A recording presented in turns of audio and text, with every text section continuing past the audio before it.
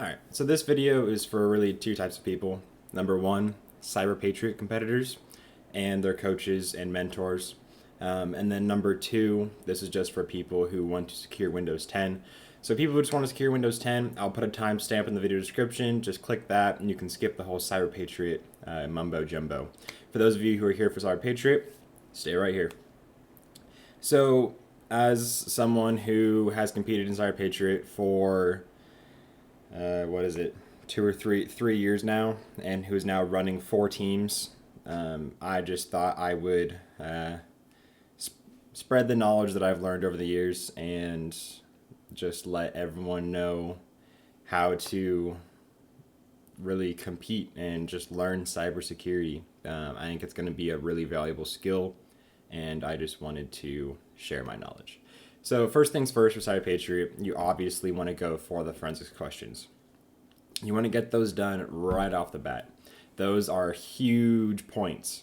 They're 5 to 10 points sometimes, and they're super easy. They take minimal amount of time, and you can't really prepare for them, but there are a couple of things that you can do.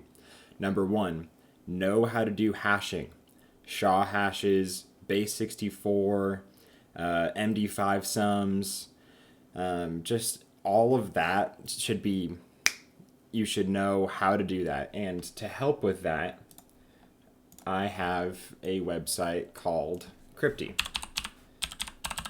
CRYPTII. And on this website, they have literally every type of cipher, encoding, cryptography. Sometimes CyberPatriot will put Caesar ciphers in there. This can do that. It's just a really good website, and it's really easy to use, and the flow, I just love the look of it. And that's always a part of a good website, is just the look. So beyond that, the rest of the forensics questions are usually user IDs, group IDs, finding a file, finding a rootkit or a virus. So just do a virus scan, or just look in your system files, and you should find it there. Task Manager can help you if you want to look at what is running. If you find something weird that's running, then that would be your virus. But beyond forensics questions, number one is updates. So you're going to want to go to Settings, and then Update and Security, Windows Update, and check for updates. That's as easy as it is. They used to have an option to disable or enable automatic updates. I think they took that away because I think they just made it default that all updates are automatic. Once you get in the higher levels, like Platinum or Platinum Semifinals, they make this a lot harder. They can go into the registry and turn off Windows Update. They can just disable the Windows Update service, and you'll have to restart the service. They just try to make your job that much harder, which are things that you're not really going to see in the field, but it's just CyberPatriot wants you to know how to do it. Number two, firewall and firewall policy. So if you just type in Windows, if I can type today, Windows firewall, it's going to pull you up a little screen like this. This is the control center. It's going to say it's off, or it'll have like a restore default settings. Just click on that. That should give you the points for the firewall. There's a little thing you can turn it off. So if they doesn't have the restore default settings, just go to the turn Windows firewall on or off, and then just make sure that it's on for both private and public networks. If you have something that needs to be allowed through the firewall and Windows isn't automatically doing it, you can do it here. You can do games, you can do whatever application is installed on here. This would most likely be a FTP or Telnet server or something that Windows said, hey, CyberPatriot said, hey, we need this. Can you please allow this through the firewall? Beyond this, the next should be password policies. So if you type in secpol, which is short for local security policy, it'll bring you up this little window. And this window is lovely. So the first thing you want to do is password policies. Password history, you want to turn that to 7. I'm not going to do this because this is my home computer, and it gets really obnoxious when you have to change your password every 90 days, especially when you're using it for years and years. But for a business setting or an educational setting, these are perfect because people are terrible at making passwords, and they're even worse at remembering them. So you want to do 7 passwords, so they can't use the same password once they change it. They can't change here and then use the last one here. Maximum password age, set that to 99 days. CyberPatriot recommends 99. Actually, it might be 90, but if you do anything around there, they'll give you points. Minimum password age. So this one made no sense to me my first year. I did not know why you needed a minimum password age. And then I realized people could just change their passwords over and over and change it that 7 times until they get to that 8th so they could reuse their old password. And this is why CyberPatriot recommends you change the minimum password age to around 15 days, I think is their recommended. Minimum password length, this was 8 characters. Now I think they're changing that over to 10 characters just because of the GPU power that is advancing so quickly. It's so much easier to crack passwords. Complexity requirements, you should enable that. Store passwords using reversible encryption, no. This is for if you're giving this to a student, maybe. You should do this just so if you ever needed to get into their account and you didn't have their password on file or something, then you could reverse the encryption and get into it. It just makes it a little bit easier for the administrator. Account lockout policy is the next one. Lockout duration. So if you change any of these settings, it'll give you the default settings, which are correct. So if we say lockout threshold is, 10, then it will change the suggested duration and reset the counter duration to 30 minutes, which is just fine by CyberPatriot. Lockout threshold, just play with that number. It's between 5 and 10. Just whenever you get points, just play with that. Local policies, audit policy. I'm not going to lie to you right now. I audit every single item on this list. I do success and I do failure. If you lose points, then just turn one of them off, because CyberPatriot does not tell you what they want audited, or at least they don't anymore. So just audit all success and failure. There's no easier way to do it. You have to click both, hit apply, hit OK. Well, you can just hit OK, don't hit apply, and then go on to the next one, and then hit OK, next one. User rights assignment. Just make sure that the guest account is disabled and the default administrator account is disabled, or rename the default administrator account. Besides that, don't worry about it. There is a there's a setting in the security options where it says require Control-Alt-Delete at startup or at lock screen. I can't find it, but that just means that when someone's logging into their computer, require that they press Control-Delete to make sure that it is the real Windows logon screen and not a fake website or application trying to masquerade as the Windows logon. And just recently they did this. I don't remember this being points in any other competition that I've been in. The rest of this really isn't very important, especially not in CyberPatriot. So yeah, that is local security policy. That is password policies and audit policies. The next thing you want to do is RDP, so settings, and you want to type in, wow, okay. You want to load settings. There we go. Remote, desktop settings, or allow remote connection to this computer. Both of those will do the same thing.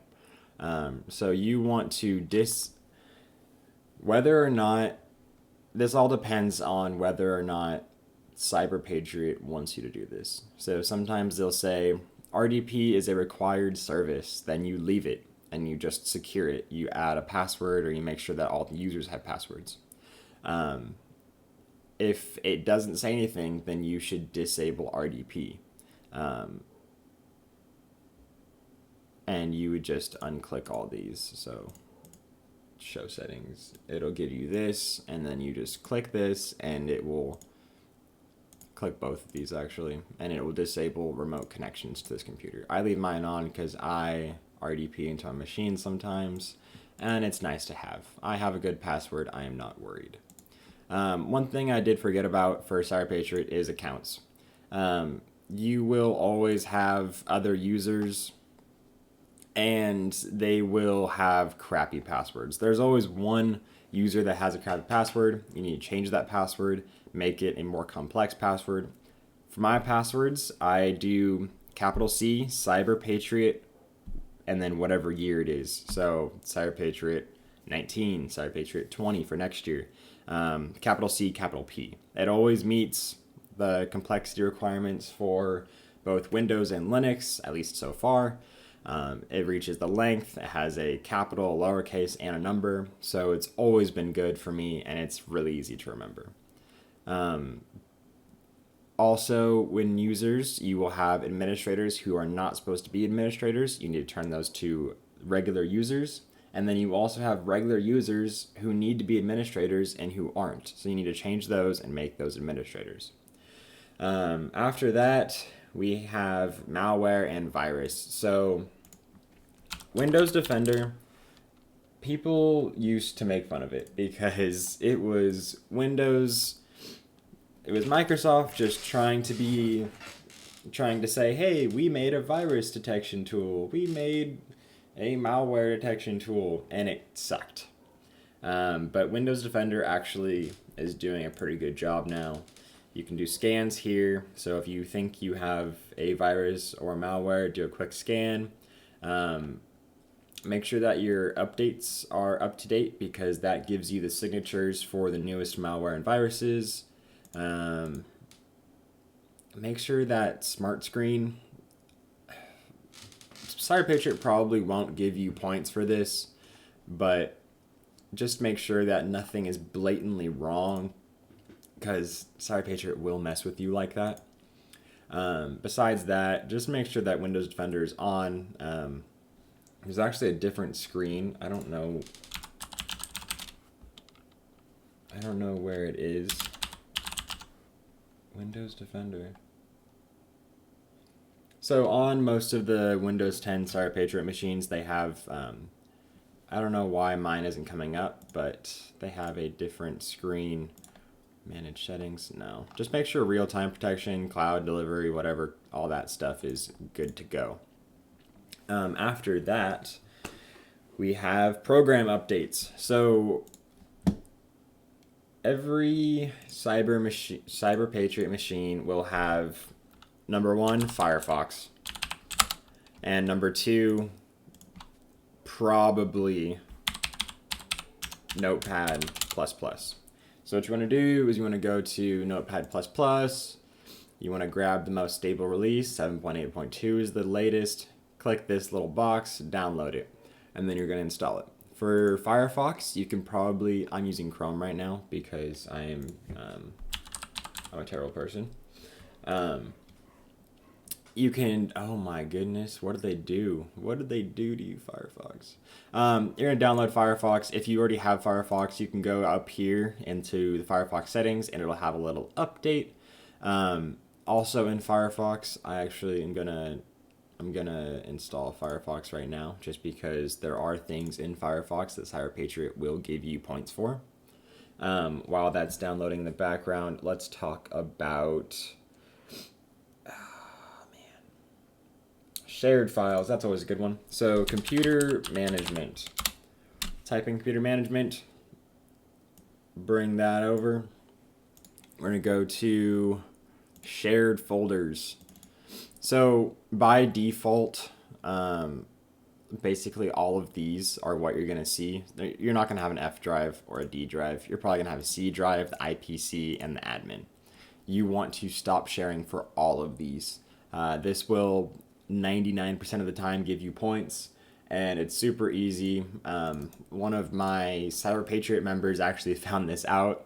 I had no idea that shares gave you points, but I guess it is a security vulnerability because you are sharing your files and folders onto the local network. Obviously, it requires authentication, so you have to log in as a user and a password, but still, it is just one more vulnerability, and you want to stop sharing for all of these. I on my local network, it's me and my family, so I don't. It doesn't matter. So let's get on to Firefox, and there is obviously an update. Where the heck is it? I don't know. But you want to go to options, and there is Firefox updates. You want to check for updates, make sure it's automatically install updates. All of that's all good.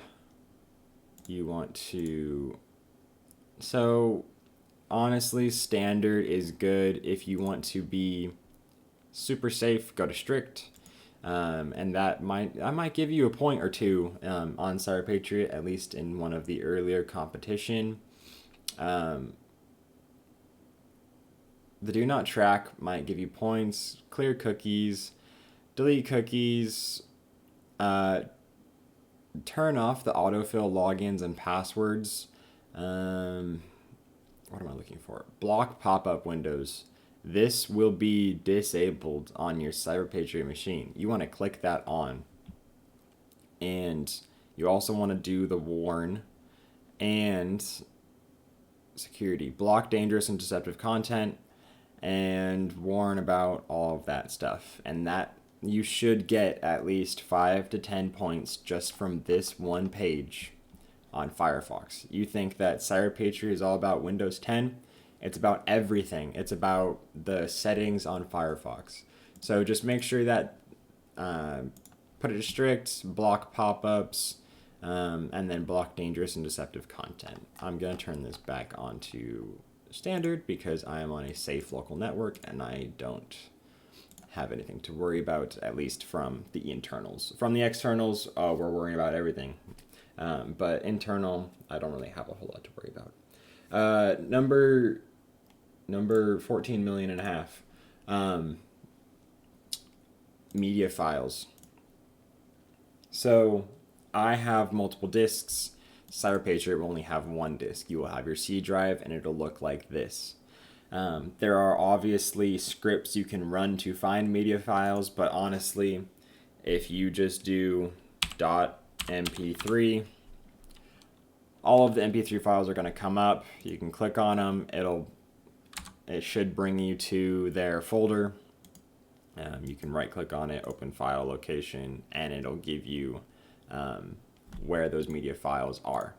For CyberPatriot, they want you to delete all MP3, MP4 for videos, AVI, MOV, anything that is not workplace related. Just make sure you don't delete like Windows backgrounds or Windows default content because none of that is going to give you points. It's just the user created stuff, so stuff that is in their pictures folder, stuff that is in their music folder, stuff that is in their videos folder, and that doesn't apply to their job. So just make sure that music is gone. It's usually music more likely than not. It is usually a .mp3 file. I have a Linux script that goes over this, so in the next video I will show you that. And then that's media files. Suspicious files. Um, so in this PC, Windows, the C drive, your suspicious files will either be in this root, or they will be in program files, or program files x86. And I just said that backwards. So a perfect example is Hashcat.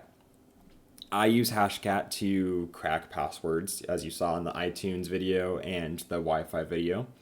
But Hashcat is a hacking tool. And CyberPatriot wants you to delete all hacking tools. So you would right-click and just delete the folder. Also, things like Nmap and Wireshark. Man, my computer's full of hacking tools. Just things like that. Nmap, Wireshark, Oathcrack, Metasploit. I doubt they'll have Metasploit because Metasploit is super hard to install and uninstall. Just things like that. What else do I have on here? Hashcat again. Steam is a game service. If it is on there, it is. I've never seen Steam on there. Delete that. TeamViewer, unless it says that you need TeamViewer, delete that. Things like Putty, anything like that. They will give you points if you uninstall iTunes as well as CCleaner. CCleaner is actually technically a potentially unwanted program or a pup. So you want to uninstall that unless they say, hey, we installed CCleaner for a reason and we want to use it. Then uninstall that. After that, we have look for hidden files. So hidden files and folders.